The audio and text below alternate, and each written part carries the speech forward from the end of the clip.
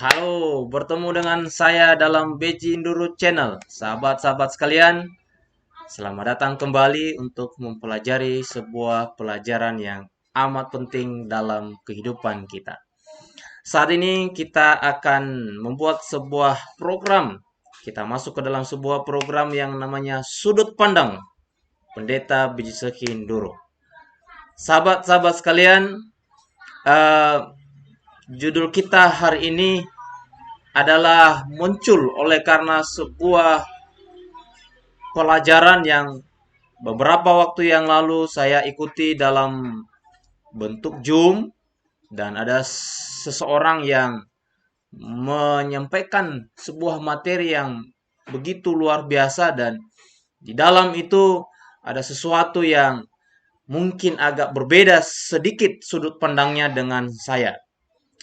Judul kita atau topik kita saat ini adalah kemuliaan Allah apakah sama dengan pelangi yang ada setelah air bah. Jadi ini adalah sebuah sudut pandang saya, pemahaman saya untuk saya bisa sampaikan, berbagi kepada pendengar, kepada sahabat-sahabat sekalian. Uh, Sebuah pertanyaan, apakah sama pelangi di zaman Nuh dengan pelangi yang mengelilingi takhta Allah di sorga? Karena di Alkitab ada sebuah penglihatan ya bahwa di atas takhta Allah itu dikelilingi seperti pelangi. Apakah itu sama atau berbeda? Namun sebelum kita lanjut pelajaran ini, jangan lupa untuk di-subscribe, tonton sampai selesai supaya kita tidak salah paham dan sahabat-sahabat sekalian mendapatkan sesuatu yang akan memberkati uh, sahabat-sahabat sekalian. Jadi kita kembali kepada pertanyaan ini. Apakah sama pelangi di zaman Nuh dengan pelangi yang mengelilingi takhta Allah di sorga? Jadi ada sebuah dasar pemikiran yang dibahas oleh sang pembicara saat itu yang membuat hati saya harus saya baca ayat ini dan saya sampaikan kembali kepada pendengar semuanya. Dasar pemikirannya adalah dia menghubungkan Yehezkiel pasal 1 ayat 28 dengan peristiwa air bah yang ada di Kejadian pasal 9 ya, tentang busur ataupun pelangi. Jadi dasar pemikirannya ini.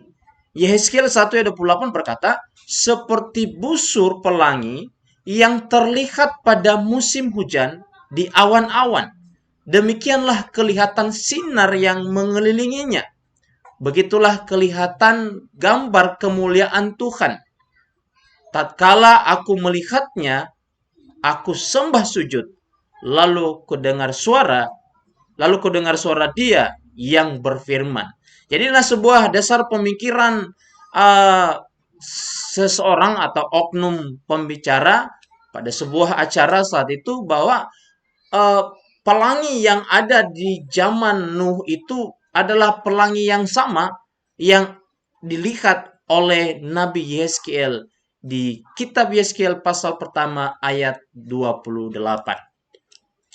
Ini adalah sebuah ayat dasar yang perlu kita perhatikan, kita baca bersama-sama. Saya tampilkan semua ayatnya di sini. Boleh juga sahabat-sahabat baca di Alkitab masing-masing ya. Di Kejadian pasal yang ke-9 ayat 11 sampai ayat yang ke-17. Aku kuadakan perjanjianku dengan kamu. Ya, akan kuadakan perjanjianku dengan kamu bahwa sejak ini tidak ada yang hidup yang akan dilenyapkan oleh air bah lagi, dan tidak akan ada lagi air bah untuk memusnahkan bumi. Itulah sebuah perjanjian antara Allah dan Nuh saat itu, atau antara Allah dan manusia, bahwa Allah tidak lagi memusnahkan bumi ini sejahat apapun dengan air bah. Ya, Lalu ayat berikutnya dia katakan, dan Allah berfirman, inilah tanda perjanjian yang kuadakan antara aku dan kamu serta segala makhluk yang hidup yang bersama-sama dengan kamu turun-temurun untuk selama-lamanya. Apa itu tandanya? Yaitu busurku kutaruh di awan, supaya itu menjadi tanda perjanjian antara aku dan bumi. Jadi, dalam ayat ini, busur atau pelangi baru dilihat oleh Nuh pada saat setelah Nuh keluar dari Bahtera, oleh karena air bah sudah selesai dan sudah kering bumi, sehingga Tuhan memberikan sebuah tanda perjanjian antara Allah dan manusia saat itu. Apabila kemudian didatangkan awan di atas bumi dan busur itu tampak di awan, maka aku akan mengingat perjanjianku yang telah ada antara aku dan kamu, serta segala makhluk yang hidup, segala yang bernyawa, sehingga segenap air tidak lagi menjadi air bah untuk memusnahkan segala yang hidup. Jika busur itu ada di awan, maka aku akan melihatnya, sehingga aku mengingat perjanjianku yang kekal antara Allah dan segala makhluk yang hidup, segala makhluk yang ada di bumi. Berfirmanlah Allah kepada Nuh, inilah tanda perjanjian yang kuadakan antara aku dan segala makhluk yang ada di bumi. Sahabat-sahabat sekalian, intinya adalah Kejadian 9 ayat 11 sampai 17 itu adalah sebuah peristiwa yang khusus di mana air bah telah selesai, telah kering bumi ini, dan Allah mengadakan perjanjian antara Allah dan Nuh saat itu, dan perjanjian ini tidak pernah dibuat sebelumnya. Sejak Adam dan Hawa ada di muka bumi, tidak pernah ada sebuah perjanjian ini, dan tidak pernah ada sebuah tanda ini yang disebut dengan busur ataupun pelangi. Jadi tidak pernah ada pelangi sebelum Nuh atau sebelum air bah terjadi. Jadi setelah air bah terjadi, baru ada sebuah perjanjian. Ya, ini adalah ada perjanjian kepada manusia, ada tanda yang bisa dilihat oleh manusia dan dilihat oleh Tuhan, yaitu tanda itu adalah busur ataupun pelangi. Jadi tanda ini tidak pernah diberikan dan tidak pernah dilihat oleh manusia sebelum Nabi Nuh dan keluarganya, ataupun sebelum air bah terjadi. Itu sangat jelas. Lalu kita kembali kepada dasar pemikiran sang pembicara tadi. Ini adalah sudut pandang saya tidak menyalahkan siapapun. Yeskel 1 ayat 28 berkata, seperti busur pelangi. Jadi dikaitkan bahwa pelangi yang ada pada zaman Nuh itu adalah pelangi yang sama, yang turun dari sorga, ya, yang turun dari sorga, yang di mana ada Allah, di situ ada pelangi. Jadi ketika Allah datang ke Taman Eden, maka Adam dan Hawa melihat pelangi di atas kepala Allah itu sendiri. Apakah seperti itu? Mari kita lihat, perhatikan ayat ini baik-baik. Yeskel 1 ayat 28 berkata, seperti busur pelangi. Apa katanya? Seperti. Kalau bahasa Inggrisnya, the New King James Version dikatakan like the appearance of a rainbow. Jadi bukan pelangi itu sendiri, tetapi seperti busur pelangi. Bukan pelangi yang dilihat, tetapi seperti busur pelangi. Kalau dibilang seperti busur pelangi, berarti itu bukan pelangi, tetapi menyerupai atau seperti. Paham sampai di sini ya? Dalam segi bahasa itu harus kita perhatikan bersama-sama. Bahasa Inggrisnya juga demikian, like, ya, seperti, like the appearance of a rainbow. Bukan a rainbow itself, ya, bukan, tetapi itu adalah seperti, menyerupai, ya. Kalau menyerupai bukan berarti itu, ya, yang terlihat pada musim hujan di awan-awan. Demikianlah kelihatan sinar yang mengelilinginya. Jadi kalau dibilang pelangi yang dilihat oleh Yeskiel di pasal 1 ayat 28 itu adalah pelangi di zaman Nuh, saya pikir saya tidak sepakat. Ya, pandangan saya tidak sama. Kenapa? Karena ayat ini jelas dengan luar biasa berkata bahwa yang dilihat oleh Yeskel itu adalah seperti busur pelangi, bukan pelangi. Lalu kalimat selanjutnya dia berkata, demikianlah kelihatan sinar yang mengelilingnya. Itu sangat jelas bahwa sinar yang ada di atas kepala atau di atas tahta itu di sorga itu adalah kelihatan, ya, demikianlah kelihatannya seperti pelangi, ya. Bahasa Inggrisnya dikatakan bahwa so was the appearance of the brightness of around it. Jadi begitulah kelihatannya sinar itu yang mengelilingi tahta sorga, yang mengelilingi kepala Allah, bukan pelangi yang Tuhan janjikan, yang Tuhan berikan tanda pada saat air bah telah selesai. Jadi sampai sekarang pun kita masih melihat pelangi. Apakah itu artinya Tuhan sedang turun dan kemuliaan Allah sedang turun untuk kita dan kemuliaan itu meninggalkan surga? Tidak. Ya, itu pelangi, ya pelangi benaran, bukan sebuah lambang. Itu pelangi yang kita lihat setiap saat itu, yang kalau ada hujan atau apa, itu adalah pelangi benaran. Tetapi pelangi yang kita lihat itu seperti itulah kemuliaan yang mengelilingi tahta sorga ataupun apa namanya dikatakan kepala Allah itu sendiri. Ya, di atas kepala Allah itu sendiri. Tatkala aku melihatnya, aku sembah sujud, lalu ku dengar suara Dia yang berfirman. Jadi kata kuncinya adalah like the appearance of a rainbow in a cloud on a rainy day, so was the appearance of the brightness of around it.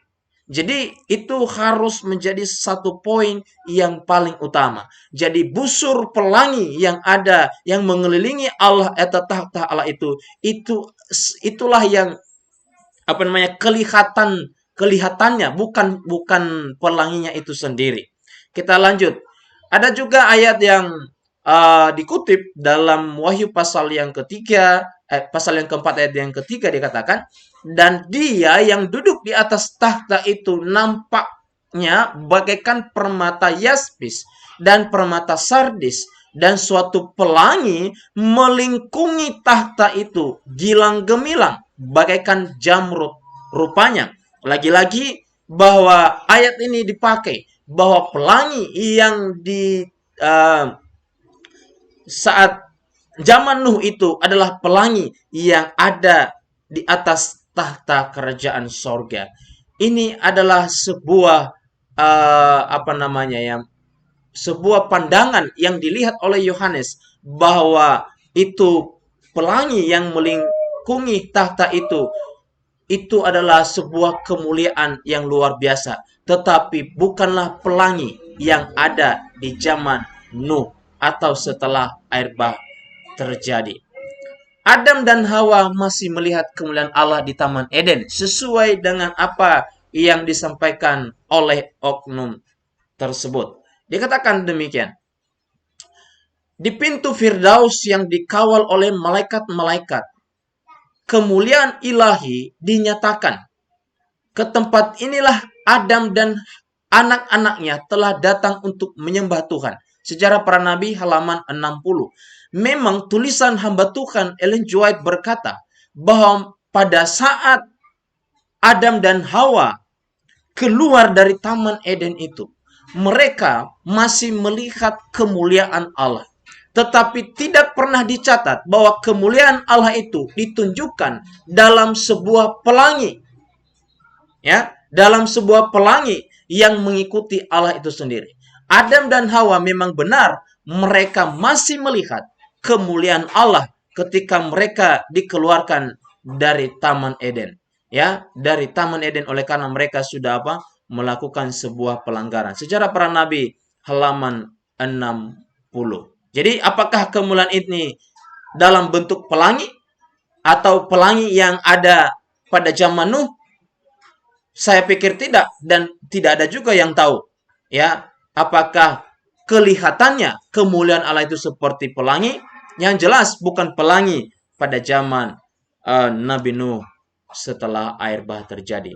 Sejarah para nabi halaman 114 berkata, di surga satu bentuk yang menyerupai sebuah pelangi melingkari takhta Allah. Sorry, itu adalah uh, huruf huruf besar ya, harusnya kita coba ganti. Ya. Di surga satu bentuk yang menyerupai sebuah pelangi melingkari takhta Allah dan menaungi kepala Kristus. Jelaskan di sini bahwa itu bukanlah pelangi yang ada di zaman Nuh. Hamba Tuhan menggunakan sebuah kalimat atau kata menyerupai. Kalau menyerupai itu bukan berarti sama, ya, bukan berarti sama. Itu adalah menyerupai bahwa sinar kemuliaannya itu ya seperti pelangi. Karena pelangi itu adalah sebuah lambang kesempurnaan yang begitu indah. Demikianlah kemuliaan Allah yang melingkari tahta Allah dan menaungi kepala Kristus. Lagi-lagi secara para nabi halaman 114 membuat sebuah bukti bahwa pelangi yang ada di zaman Nuh bukanlah pelangi yang mengelilingi atau melingkari tahta Allah atau menaungi kepala Kristus di kerajaan atau di sorga. Makna kata seperti atau kelihatan. Sudah saya jelaskan tadi sekilas dari awal. Apa sih makna kata seperti atau kelihatan? Coba kita perhatikan baik-baik sahabat-sahabat sekalian. Allah memberikan janji dalam bahasa dan bentuk yang dapat dimengerti oleh manusia.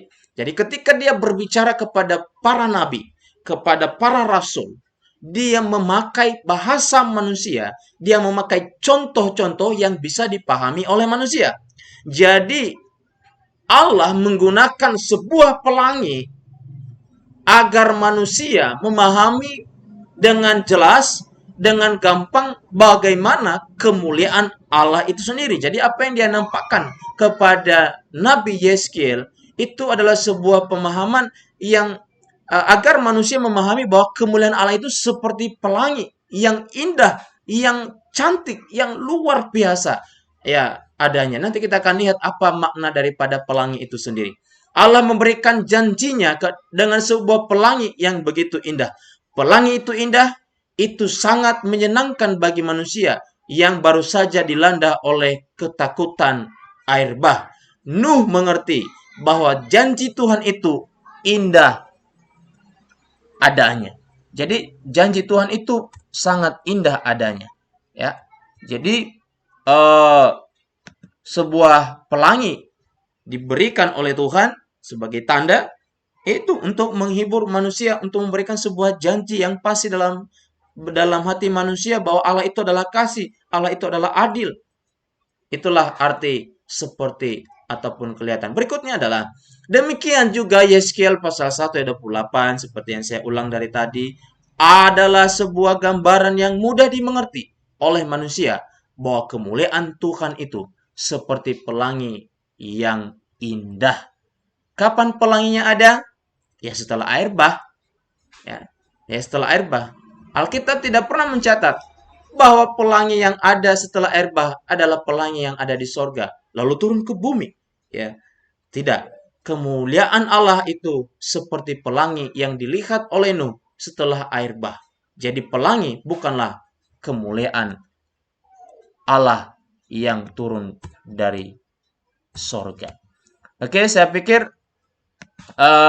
sampai di sini kita bisa memahami apakah pelangi di zaman Nuh dengan di zaman Yeskiel yang dilihat oleh Yeskiel ataupun seterusnya, apakah itu sama?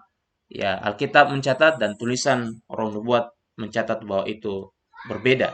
itu hanyalah seperti ataupun kelihatan. Apakah Adam dan Hawa pernah melihat kemuliaan Allah? Ya, pastilah. Masa nggak pernah? Ya, mereka udah diciptakan langsung oleh Allah. Mereka berbincang-bincang dengan Allah. Mereka bersama-sama dengan Allah di Taman Eden. Ya, pasti mereka pernah melihat kemuliaan Allah. Tetapi bukan pelangi yang muncul setelah air bah. Lagi-lagi itu harus digarisbawahi. Hidup tanpa dosa, maka tidak ada halangan untuk melihat kemuliaan Allah. Adam dan Hawa pada saat itu mereka merasakan melihat kemuliaan Allah sendiri. Mereka berbincang-bincang dengan Allah sangat erat, ya, dengan Allah. Mereka ada hubungan yang luar biasa dengan Allah. Pastilah mereka melihat bagaimana Allah itu mulia adanya. Tetapi tidak ada catatan bahwa yang mereka lihat itu adalah pelangi. Ya, seperti yang dilihat oleh Nabi Yeskiel. Kita kelak akan melihat kemuliaan Allah, tetapi bukan pelangi yang kita lihat sehabis hujan setelah air bah. itu adalah pandangan saya. Ya, boleh setuju, boleh juga tidak. Oke, saya coba baca buku, ya mudah-mudahan ini akan membantu juga. Ada buku namanya The Study Bible, King James Version, Concordance Word Index, copyright 1993, halaman 24 sampai 25. Ya, kira-kira beginilah terjemahannya karena saya tidak terlalu pintar bahasa Inggris ya. Penebus dunia melihatnya, karena melalui perantaraannya busur ini dibuat muncul di sorga sebagai tanda atau perjanjian janji kepada manusia. Tuhan sendiri memandang haluan di awan dan mengingat perjanjian abadinya antara dirinya dan manusia. Busur melambangkan kasih Kristus yang mengelilingi bumi dan mencapai langit tertinggi, menghubungkan manusia dengan Tuhan dan menghubungkan bumi dengan sorga. Jadi memang pelangi yang muncul setelah air bah itu bukan main-main. Itu adalah sebuah penghubung antara Allah dan manusia. Menghubungkan keduanya. Apa maksudnya menghubungkan keduanya? Itu adalah sebuah tanda janji bahwa Allah masih mengasihi manusia.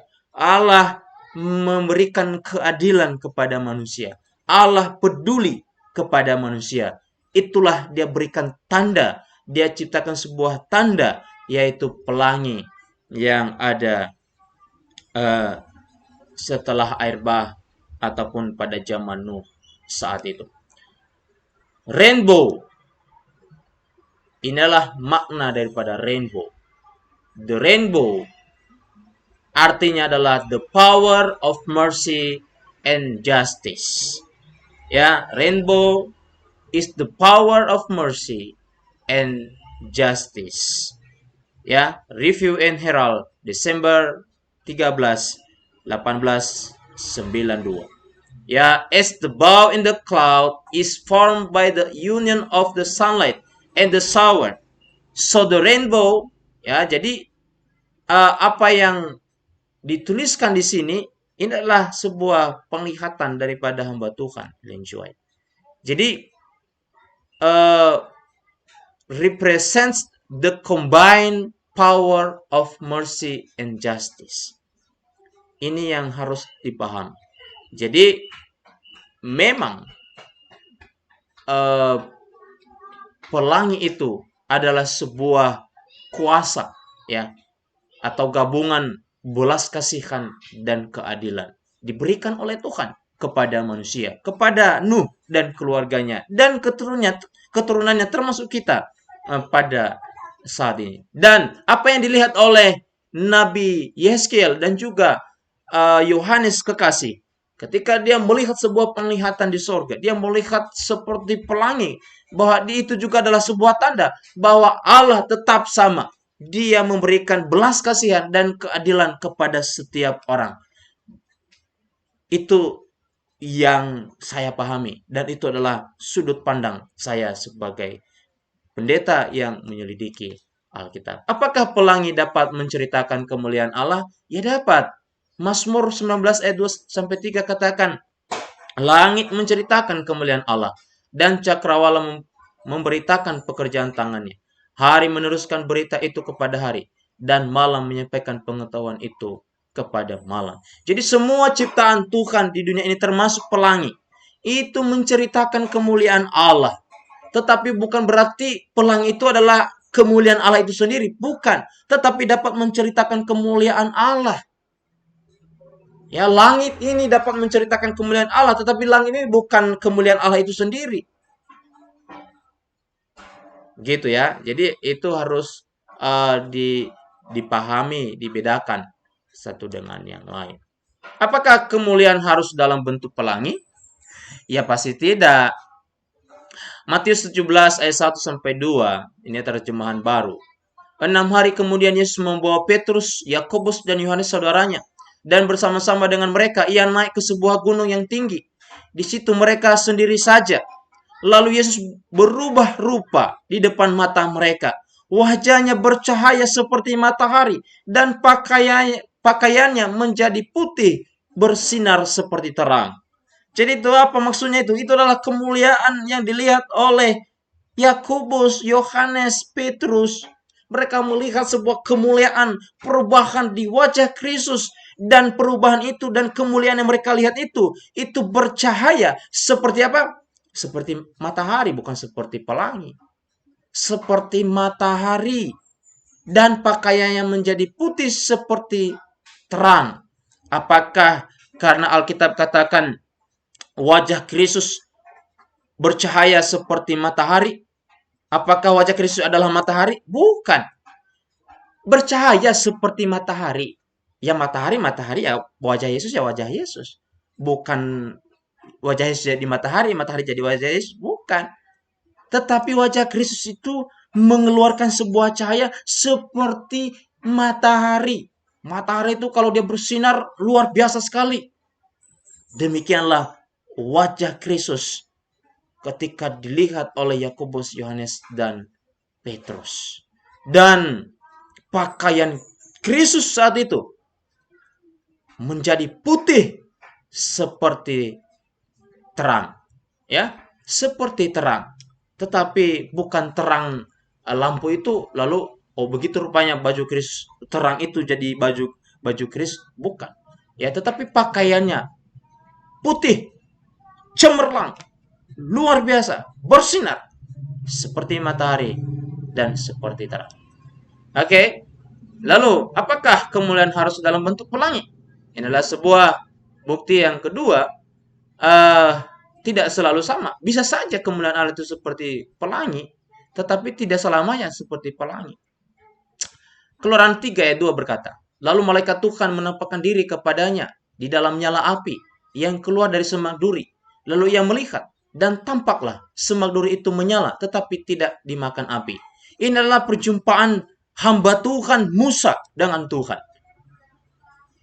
Lalu dia bertemu dengan Tuhan. Tuhan menampakkan diri kepadanya dalam bentuk apa? Nyala api. Nyala api itu juga itu adalah sebuah bentuk kemuliaan. Tetapi apakah itu nyala api adalah terus-menerus menjadi sebuah tanda? Terus-menerus menjadi kemuliaan Tuhan? Dia nampakkan kemanapun dia pergi maka ada nyala api? Ya tidak. Apakah di tahta surga juga ada nyala api sebagai kemuliaannya? Ya tidak. Itu adalah sebuah ekspresi, ya, sebuah pernyataan bahwa Allah itu dahsyat adanya. Dahsyat Allah kita itu seperti nyala api yang membakar sampai ke akar-akarnya, yang menghanguskan, yang membersihkan. Itu adalah makna daripada semua itu. Jadi tidak selamanya kemuliaan Tuhan itu dalam bentuk pelangi. Ya memang apa yang dilihat oleh hamba Tuhan Yeskiel dan Yohanes kekasih, ya mereka melihat ada pelangi, kemuliaan Tuhan seperti pelangi. Ya di tahta itu melambangkan warna-warni keindahan, keadilan, cinta kasih Kristus kepada umat manusia dan alam semesta. Sebagai kesimpulan, sahabat-sahabat sekalian, kita sampai kepada kesimpulan.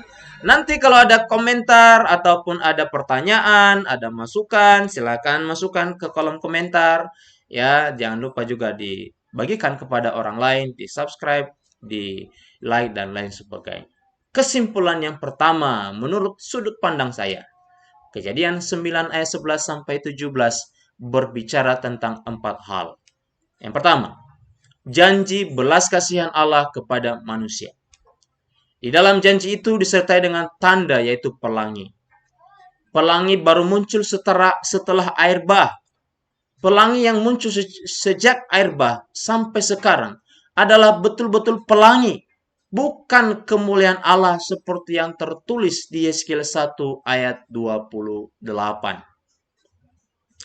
Ya, saya tidak menyangkal bahwa kemuliaan Allah itu seperti pelangi, tetapi bukan pelangi, itu maksud saya. Yeskiel 1, ini kesimpulan yang kedua. Yeskiel 1 ayat 28 itu berbicara tentang kemuliaan Allah sama seperti pelangi atau seperti pelangi. Bukan pelangi itu sendiri atau bukan pelangi yang muncul pada saat air bah atau setelah air bah. Kesimpulan yang ketiga. Pelangi yang diceritakan di Yeskiel 1 ayat 28 tidak pernah turun dari sorga lalu muncul setelah air bah. Saya tidak sependapat dengan pemahaman ini. Jadi pendapat saya, sudut pandang saya, pelangi yang diceritakan dalam Yeskiel pasal 128 tidak pernah turun dari sorga lalu muncul setelah air bah. Ya. Atau dengan kata lain, pelangi itu sudah ada sebelum air bah di sorga. Lalu karena sudah ada air bah, lalu Tuhan ambil itu lalu taruh di awan-awan menjadi sebuah pertanda. Tidak, ya. Dia baru muncul, betul-betul baru muncul setelah air. Adam dan Hawa memang pernah melihat kemuliaan Allah sejak di Taman Eden, bahkan setelah keluar dari Taman Eden. Tetapi tidak ada catatan Alkitab bahwa Allah menunjukkan kemuliaannya dalam bentuk pelangi. Ya, baik Adam, Hawa, Abraham, dan lain sebagainya. Pelangi adalah lambang, ya, itu adalah lambang. Sorry, ada sebuah kesalahan penulisan, ya, karena pelangi adalah lambang kasih karunia. Ini dia, lambang kasih karunia dan keadilan Tuhan kepada manusia berdosa. Baik pada zaman Nuh, Tuhan berikan pelangi. Itu adalah melambangkan, bukan hanya selambang, tapi itu adalah melambangkan agar manusia mengetahui bahwa Allah itu adalah kasih dan adil adanya. Lalu ketika Yeskiel melihat itu juga, dia melihat hal yang sama, bahwa Allah adalah kasih dan adil adanya kepada setiap umat manusia. Demikian saja pembahasan kita hari ini. Kiranya Tuhan memberkati kita, sahabat-sahabat sekalian, dalam Bejinduru Channel. Kiranya ini menjadi berkat dalam kehidupan kita bersama. Tuhan Yesus memberkati masing-masing kita. Amin.